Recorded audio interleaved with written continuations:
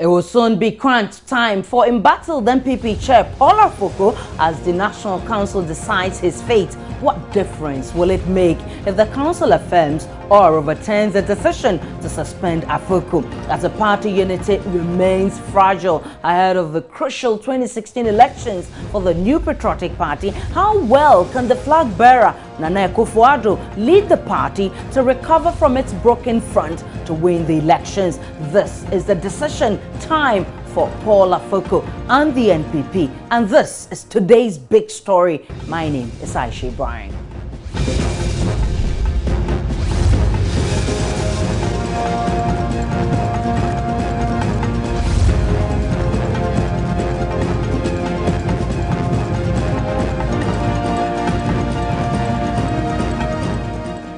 The highest body of the new patriotic party after Congress, which is the National Council, is due to make a decision on whether to overturn a National Executive Committee decision to suspend its national chairman, Paul Afoko, ahead of a crucial election next year. Political analysts see the ongoing turmoil in the NPP starting from the murder of its Upper East Regional Chairman, Adams Mahama, as evidence of a party in crisis. Today, however, the expectation is to put the rest the nagging issue concerning the suspension its national chairman Paul Afoko, and who has petitioned the National Council over his indefinite suspension. Our man Kwache Afred Nyama is at the NPP headquarters now and is joining us via a live link.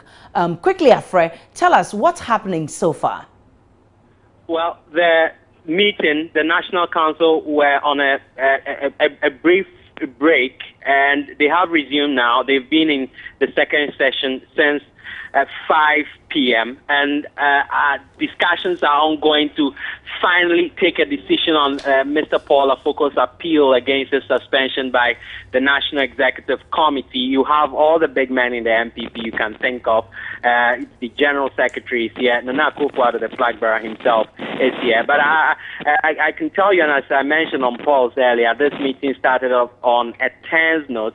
You had some members of the National Council who were stiffly opposed to how Mr. Paul Afoko's appeal was filed, the manner in which it was filed before the party's second highest decision-making body aside the Congress, as National Council. The first concern they raised was that the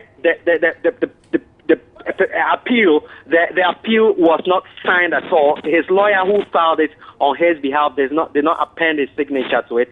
Again, and in that regard, Aisha, they thought that document was null and void in the sense that this is a very important body in the NPP, and if a document of this nature is being presented to it, it must have a signature. The second matter has to do with the fact that his lawyer, Mr. Martin Pegbu, has signed off saying that he was representing the national chairman of the NPP. Some members of the National Council took issue with that, saying that, in fact, this is the same matter that's going to be deliberated on today, so he couldn't suddenly address himself as national chairman. That was disrespectful to the committee. Well, eventually, Nana Akufo-Addo, the flag bearer, had to intervene. He said that, well, this is an issue they want to deal with once and for all to ensure that there's unity in the party ahead of the crucial election next year. And so the meeting, the second session, as I mentioned, has begun. But interesting point here, the former President Kufuor, who has all the while not been at any of the meetings since the National Executive Committee took that decision about 2 weeks ago, and there was another meeting. There have been other meetings. Today, he was at the premises, but he left a while ago, even before the meeting ended. Not so clear why the former president had to leave before this crucial deliberation came to an end, but still, the other members of the National Council are sitting on the matter. Paul Afoko's fate by end of day today will be decided whether or not he will be national chairman of the NPP. The next decision will be overturned or not. Afraid I'll have you hold and speak with a political analyst who is on the line now and come back to you. Let's do some analysis now. Political science lecturer, Methodist University College, Dr. Osei Bonsu is on the line. Doc, many thanks for your time on today's big story. Thank you. Upholding or overturning the decision to suspend Paul Afoko, will it make any difference? Yeah, there will be different. Retaining him or rejecting him, there will be different. Because the party is being divided. Some are supporting him. If you listen to the second vice chairman, Mr. Club, is saying that he's still the chairman. The general secretary is saying that he's the chairman. And almost all the other members of the NEC are saying that he's being suspended. So whatever decision will come out, so there will be division. So what do you expect in the event that the National Council decides to affirm next decision to suspend Afoko? For me, if I were to be a member of the National Council, I think you should be still suspended. There should be even new charges preferred against him. What are those charges? In the first place, when he was suspended, it seems he had not accepted that he's been suspended. Okay. If he has accepted that, you wouldn't have written a letter to Ivory Coast for congratulating the president-elect. Right. You wouldn't have gone to the debate organized by the EC, and he wouldn't have congratulated the people who went on demonstration in support of him. All these things came before he submitted the appeal. So, for me, he is not fighting for the cause of the party. Rather, he's fighting for his own personal interest. And for that matter, the party should not entertain him. I know the NPP usually does not want to accept that it is in crisis, but is it fair to say it is in crisis, especially looking back at events leading from the acid attack and all the others that followed? I don't think they are in crisis, but there is a problem, Afoko versus others. That's how I see the problem. He is the only person whose pronouncement can unite the party. Right. One, if he come out to tell those who are demonstrating in support of him that he is not in agreement of those people, and they should follow the due diligence of the party structures, I think everything will come to a calm. And do you think the NPP can survive? Oh yes. If Afoko accept to follow the party structures, I don't think there will be any problem. Well, many thanks to you, Dr. Osei Bonsu. He's a political science lecturer from the Methodist University College. On the other phone line is Joe Jackson. He's also a political analyst who will be joining in the discussion. Mr. Joe Jackson, many thanks for your time on today's big story. Good evening to all your viewers and listeners. You have always said this Afoko problem could be very disastrous for the NPP if not handled speedily. Would you say this is going to get nasty or could begin the process of healing for the NPP? It will get nasty. It will get nasty. And expect a long, drawn-out process. Right now, the NPP has few options except either to go to Afoko and ask him to stop his process for redress.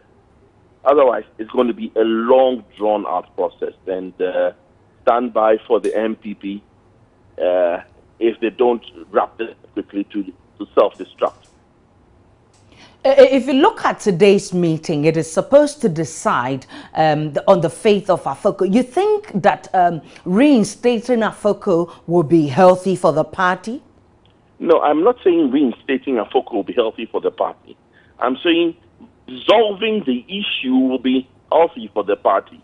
Okay. Now, those are two very different things. Yeah, and I'm not sure whether we're giving how much bad blood there is between the Afoko faction and the Nana pro-Nana Addo faction, I don't think his place as chairman is tenable. Right. But at the same time, I'm not saying that the way he was removed was lawful or legal. Okay. I'm just saying that there must be a quick resolution, and it's up to the NC of the NPP to undertake that resolution. The quick resolution will be installing peace between the two factions or all the factions in the party. But beyond that will be to decide whether to reinstate Afoko as chairman or not. And I'm asking if reinstating him will be healthy for the party. I doubt. There's too much bad blood. There's too much bad blood. And reinstating Afoko the party has to take a decision. I think that its best bet is to unite behind the flag bearer and take any attempt to reinstate Afoko, however legal it may, would cause a lot of trouble. And so you mean there's going to be more troubles if he's reinstated in case NEC decides to do so? Because the amount of distrust that exists between the key party players is not going to disappear just because Afoko has been reinstated or he's been, to the point where Sami Kraba said he will quit the party if Afoko is not reinstated. And that's the question I'm tempted to ask. Wouldn't there be more blood or more problems if Afoko is not reinstated in the NPP? Well, but the truth, that's why some of us are saying that NPP's best bet is to resolve the issue. Now, resolving the issue does not... I think we lost Mr. Jackson on the line. We'll take a break on today's big story. We'll be back with... to continue with the discussion on today's big story.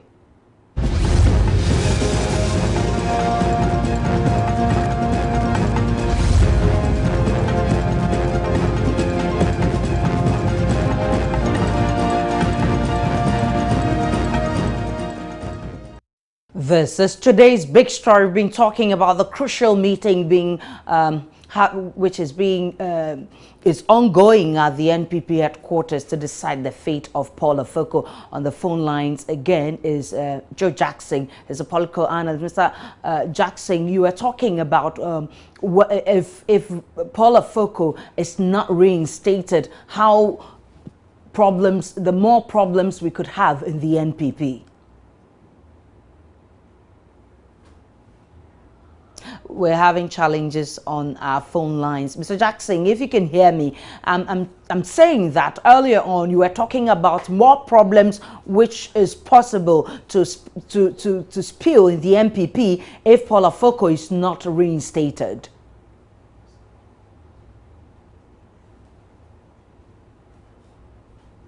We lost Joe Jackson once again, but if you've been following, we've been talking about the NPP, and we're saying that it will soon be crunch time for the embattled NPP chair Paul Afoko as the National Council decides his fate. We asked what difference will this make if the council affirms or overturns the decision to suspend Afoko. And we're talking about party unity, and we're talking about how fragile the NPP has become ahead of a crucial 2016 elections for the new patriotic party.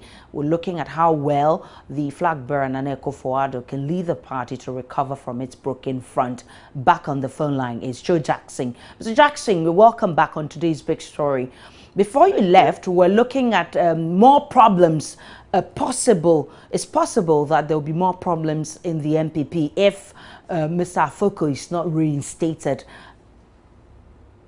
The truth of the matter is that the NPP is between a rock and a very, very hard place.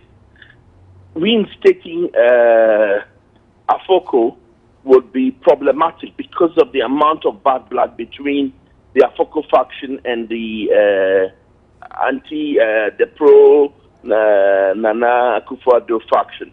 Now, that also means that the party has to find a way of placating that faction, Right. even if Afoko is still confirmed to have been suspended.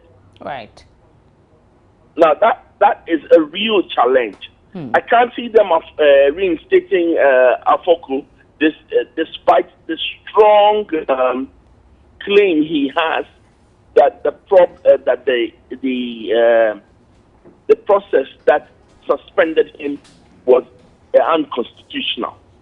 Now, if you look back at happenings since the acid murder of Mahama Adams, would you say the leadership has done enough to marshal all its support base and aggressively pursue a unity agenda? Definitely not. Definitely not. I don't think the party leadership, and particularly Nana himself, has pursued enough of an agenda to bring the party together. Unfortunately, that's going to follow him and be a millstone around his neck as he considers his ambition to be the next president of this country.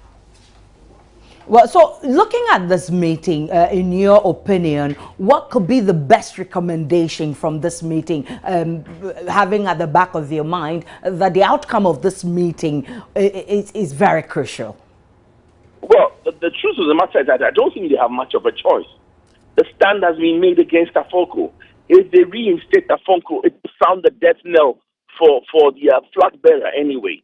They have two choices. They can either go with their flag bearer and then try and patch up whatever has gone wrong, or they can reinstate Afoko and kiss the possibility of the presidency away.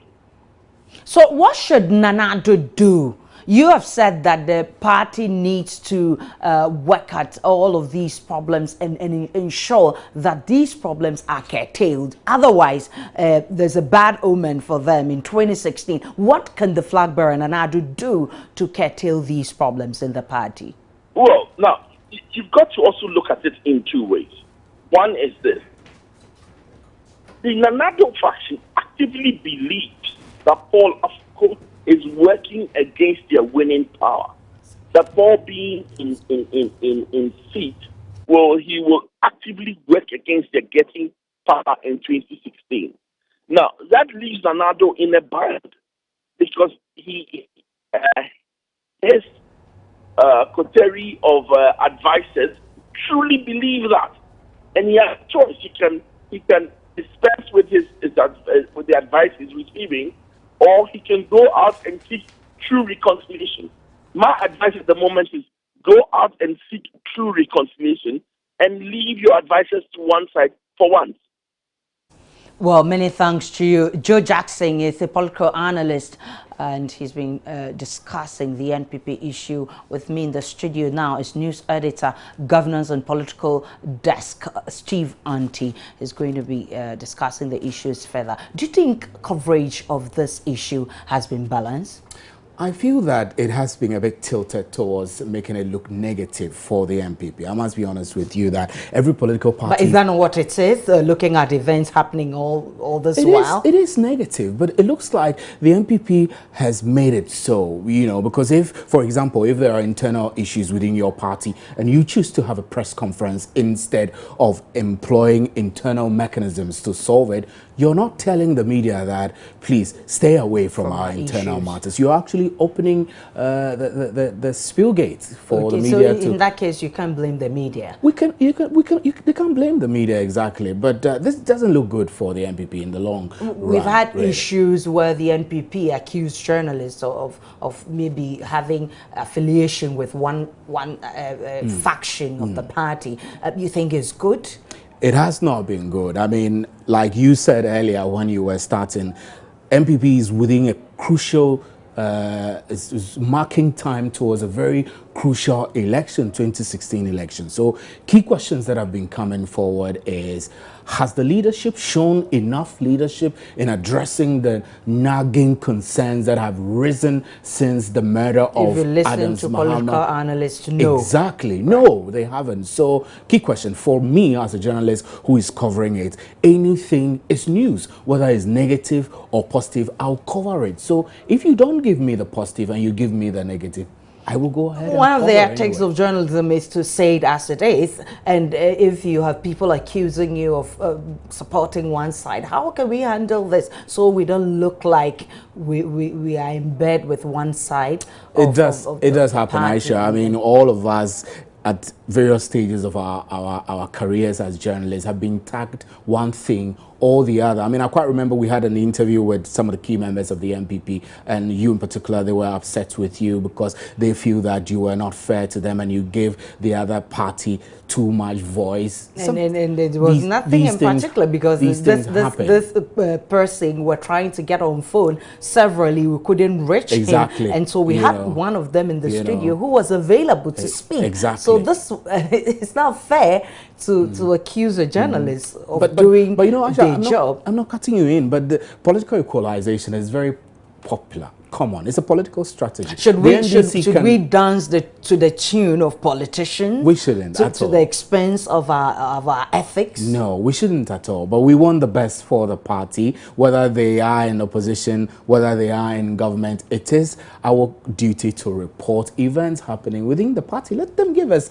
the positive, and we will report. Absolutely. But beyond our reportage of the negative issues, I think that we've also reported positive things. We have. I mean, we have. I mean, if you look at the way our coverage of the NPP has gone, we have dedicated enough resources, men, our live camera crew is at the NPP headquarters, and we have been there since 8 a.m. and we're still there 5 p.m. So you can't say that we haven't given of our best in order to bring the issues that are happening and take into consideration our viewers, because they need to know what's happening, and also they need to make a choice of which party they want to belong to. But I know you're not a politician or you're not a political analyst, but being on the governance and political desk, you can have some opinion.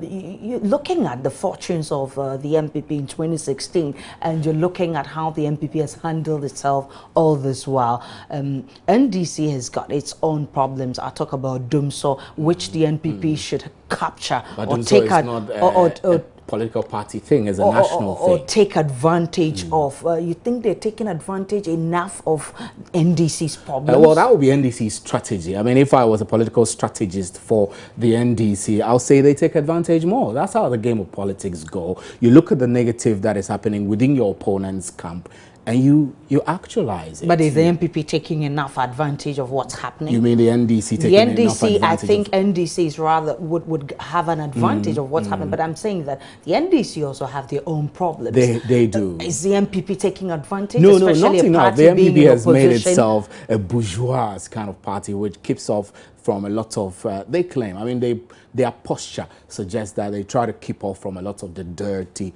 I mean, I say dirty in quotes, so that they would like to go the polished way. But, you know, in Ghana, elections are won very aggressively. Exactly. So the two major political parties have stayed in the political front for a while now. We're hoping that there will be a third force. We're not seeing that. So we wish them the best in their preparations towards the elections 2016. Well, we all wish the NPP the best. We don't want turmoil in the NPP. We've been trying to reach Alfred Nyama to give us the very latest from the NPP headquarters. Once we get him, we'll bring him. But we're wishing the NPP very well. We don't want turmoil in the party. At least it's the biggest opposition party we have. And so anytime we feel we're tired with government, maybe it could be our next choice. So we don't want turmoil in the NPP. This is today's big story. And we've been talking about the crunch meeting in the NPP that's supposed to decide the fate of Paul Afoko as a national council, as a chair of the party. The National Council will decide that. And we're asking, what difference will it make? Political analyst Dr. Osebosu said it won't make any difference. And Joe Jackson feels that reinstating Afoko or not reinstating Afoko, still there will be problems in the NPP. It's now left to flag bearer Nana Akufo-Addo to find strategies of dealing with these issues to break sanity in the NPP. In fact, they're saying that the NPP has no time. Their time is limited. They have to fix the problem now. My name is Aisha Ibrahim. This is today's big story.